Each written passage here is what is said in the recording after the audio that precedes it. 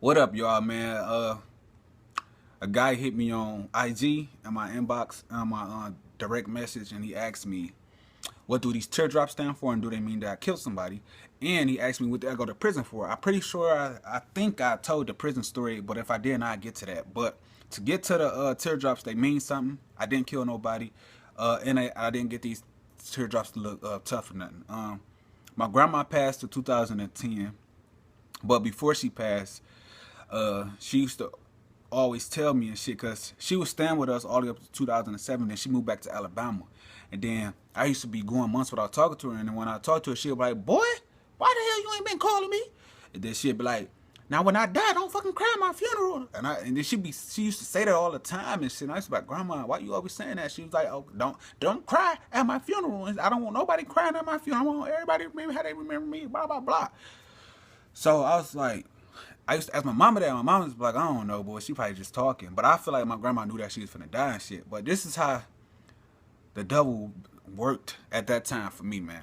Now, I went to juvenile when I was 14. And oh wait, I got 2 years of probation, which means I get off probation if I complete it in 2010. No, like I said, my grandma died in 2010.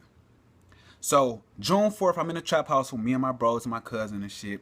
10 o'clock, we wake up and shit. 10 o'clock come, my mama calling me. She's like, "Why you ain't in court with your scary ass?" I'm like, "Oh, I forgot." But the whole time I knew that I had court.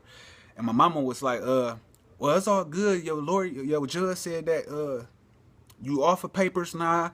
You completed everything with no problem." And he said that you was probably one of the best people that he ever had that had a 2 year stint on probation. And you only dropped dirty one time and shit.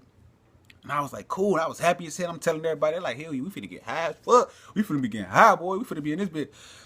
Man, I swear to God, bro. 20 minutes later, bro, mama called me again. She crying. I'm like, what the fuck? She just told me that I'm on probation. But then she got to say my grandma died. I'm like, what? So I tell my cousin there, that's his auntie and shit. So we riding and shit. We all hop in the car and shit, go to my house and shit. That's where everybody at. We pull up, everybody boo-hooing and shit. Everybody boo-hooing. I ain't boo-hooing. I'm trying to like comfort everybody like, it's okay, it's okay.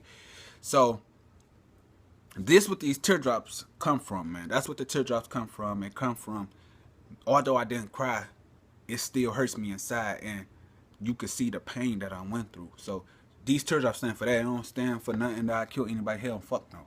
It don't mean for that. It stand for my grandma and the pain that I went through.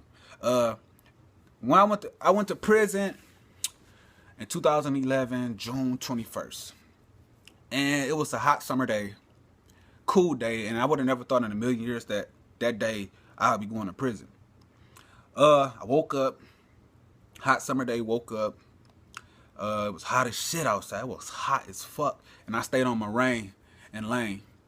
Uh, if you guys from the east side of Detroit, you know 7 Mile turned into Moraine, and I stayed on Moraine and Lane, and like we used to run that block. We used to run that hood. There used to be a lot of people at my house all the time, and everybody was scared of us, and we had respect over there and shit. And I remember the day I walked on the porch. It was a girl from down the street on the porch, and there was a couple of other motherfuckers on the porch. And my uncle pulled up. He like, "Y'all wanna come to the barbershop with me and shit? Ride to the barbershop with me?" And I gotta hit the not the laundromat, but the cleaners. And I'm like, hell yeah. So we hop in the car. He roll up some blunts and shit. We riding. We getting high. It's like 5 of us in the car. All my boys and shit and my uncle and shit. So we go to the barbershop. We cooling. Boom, boom, boom. And then he get his hair cut. Then we leave. Then we go to the cleaners. Then the funny shit happened, though. The funniest shit happened. We walk into the cleaners, bro. Now, mind you, it's like 11, 12 o'clock and shit. So we walk into the cleaners. I swear to God, bro, it was the Chinese guy back there jacking off, bro. So we walked in, he was like, "Oh," and he jumped up and shit. And he came, we was like, "Oh, you was back there beating your meat." We was rolling at his ass and shit. So my uncle got his hats and his pants and shit out of the cleaners, and we went back. We started going back to my house. So as we going back to the house, we smoking this blunt. So we got out the car. It's like 4 or 5 of us. We got out the car. We post up in front of my house and shit. We chilling. We talking amongst each other. My brother come outside. We finishing in a blunt off. Now a guy walked down the street that I have never seen on my block before. On that block before. He walking down the street. He had a shirt off. He had grocery bags in his hand. He had on the fitted hat and shit. Black nigga, kind of ripped and shit. He walking down the street. And my bro say, "What up?" to him once he get close to us and shit. And he look at my brother like, fucking say what up to me. So I asked my brother, I'm like, do you know him? My brother was like, no. I was like, man, you know how niggas, fuck niggas be acting around this bitch. You know what I'm saying? That's how exactly I said. I ain't say it loud so he could hear nothing. But obviously he heard it, and he turned around. He was like, what little nigga? What little nigga? You said what little nigga? You was already talking that shit in the store. And I remind you, where I stayed at, you walk down the street and it's a store. I never went to the store. I always went to the gas station. That was like 2-3 blocks over. I always went to the gas station. So I don't know who he was talking about. I think he had me mixed up with somebody else. But anyway, he got he dropped this grocery bag shit. So I'm like, what nigga, what you say? So I had my beater on, so I ripped my beater, stop and step in the street. We in the street and shit. My brother walking in the street with me and shit. And my homeboy. Now I had a gun that was gave to me that I never pulled out for anything, no altercations and none of that, to flash it or none of that. It was in my room, put up. Now my boy, he like, oh, you gonna talk that shit to my boy? You gonna talk that shit to my boy? You better not be out here when I come back. Now he going towards the side of the house. I ain't thinking that he going to get my gun.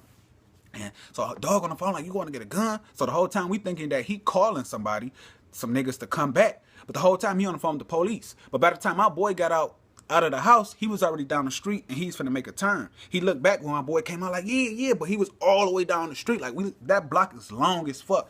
He was all the way down the street. So we go in the house next door that was vacant to go in the attic because I had a sniper rifle too. I had a sniper rifle and I'm like, let that nigga pull out. I'm gonna shoot his ass right in his motherfucking leg. Blah, blah, blah. But it was so fucking hot up there. So me and my boy like, man, it's too fucking hot. So we jumped down, we come back downstairs, we throw the guns over the fence, and we set the guns on the behind the dumpster in the driveway. You know what I'm saying? So if some niggas pull up, you get the guns, boom. If you want to have a shootout, run in the house, blah, blah, blah. So my brother is on a sidewalk with 3 of my other homeboys. One of my homeboys sitting on a crate. My brother's standing on the side of my homeboy, and another nigga, which is my homeboy's homeboy, he had his pistol. He had a Glock 40 on him. So I see my brother, we in the driveway, so me and my co-defender, he ended up becoming my co-defender. We in the driveway and shit. And I see my brother finna run. But my boy was like, don't fucking run, nigga. Don't fucking run. And my brother, he stopped and then he just took off. He shot past us. And the other nigga that was on the other guy that was on that was standing next to my brothers, he ran too. And as he running, I see him throw his gun far as he could throw it. So, I'm like, what the fuck? So next thing you know, the guy that was sitting on the crate that told my brother don't run, he just sat there.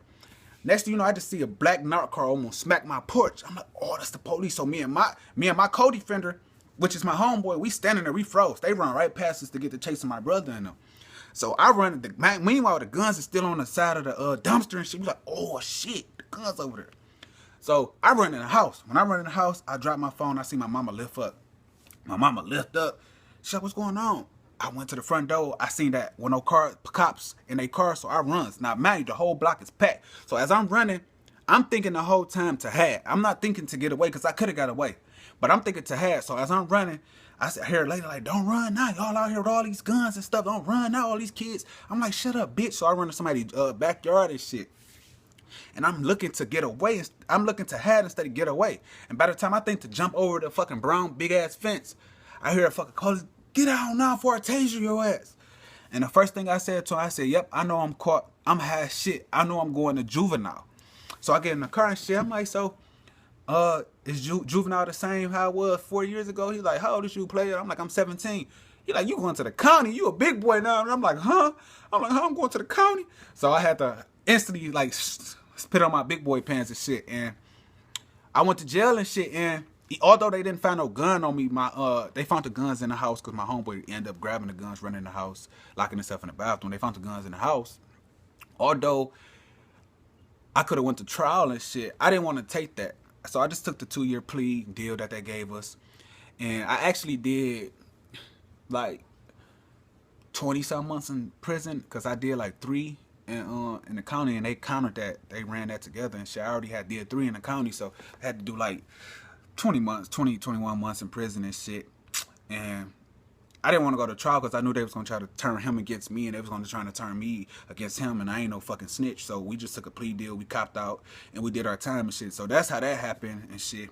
Like, I woke up, normal day, I ain't think nothing was going to happen, and that just happened. And it just goes to show that anything can happen in a split second. And that shit was crazy. And when I went to juvenile and I got the 2-year probation, it was some gang shit when I was 14. I was in the streets, man. Like, I didn't want to be a street guy. I was forced to be a street guy. Like, I was forced to be in the hoods and stuff like that. Like, I didn't want to be hood. You know what I'm saying? I wanted to be normal and go to school, but my life didn't dictate that for me. So that's why I spit. That's why I talk how I talk and shit. But right now, man, I'm still learning, man. It's a process, man. My whole life, man, it been chaos, man. And it always been a lot of people staying with us because my mama was nice, and that shit, man, like to this day, man, I feel like it made me a better person. Sometimes I feel myself want to break down sometimes, man, but I can't because I'm too strong and I done been through a lot, and I done overcame a lot, and I done seen a lot, man. Like, I done seen a lot of shit, man. Like, when I was 6, man, one of my mom boyfriends was getting shot at while me and my brother in the back seat, you know what I'm saying? And we driving, ducking and shit, all down McCullen and shit, towards Gratiot and shit, and I just come from a hard life, man, and I was forced to live that life, and my mom made the best, and then my mom got to messing with guys, and when my mama caught a case because the police pulled him over, and she went on a date with a guy, and he had some rocks on him, and he slipped the rocks in my mama purse, and they found that, and my mama got the case. She got a case for that, and she got fired from both jobs that she had because of that. And it was hard because my mama, she went on a little run. She had a warrant for like a good 7 years. And then she finally got the warrant off of her and got her name cleaned and shit because the shit was old. And she got a job and got her a nice car, got her a house. And then she got hit with this because her boyfriend got the hating on her and he didn't like her kids. Even though I wasn't around because I had my own place, but my brother and sister stayed there and he didn't like them and shit. So I don't know what the fuck went on. Like, this whole 7 year of my life, man, it just been tough. It been rough. It been hard. But now I met my girl in 2009. We've been together ever since, and we doing good. We doing good. She got a nice job. I got a decent job right now, but I'm finna get a new job hopefully, and I'm gonna be working 12, 13 hours. And I'm gonna be working midnight, so I probably ain't gonna be able to make videos like I am now. Right now I'm working, and I ain't got that many hours, so that's that. But yeah, I just wanted to tell you all that story. I didn't mean for this video to be that long, y'all, because y'all already heard these stories before. But you know me, I just like to keep it real and tell my stories, man. I got a lot of other stories that I'm gonna be telling soon, so y'all stay tuned. Peace. Thanks for subscribing to me. Peace.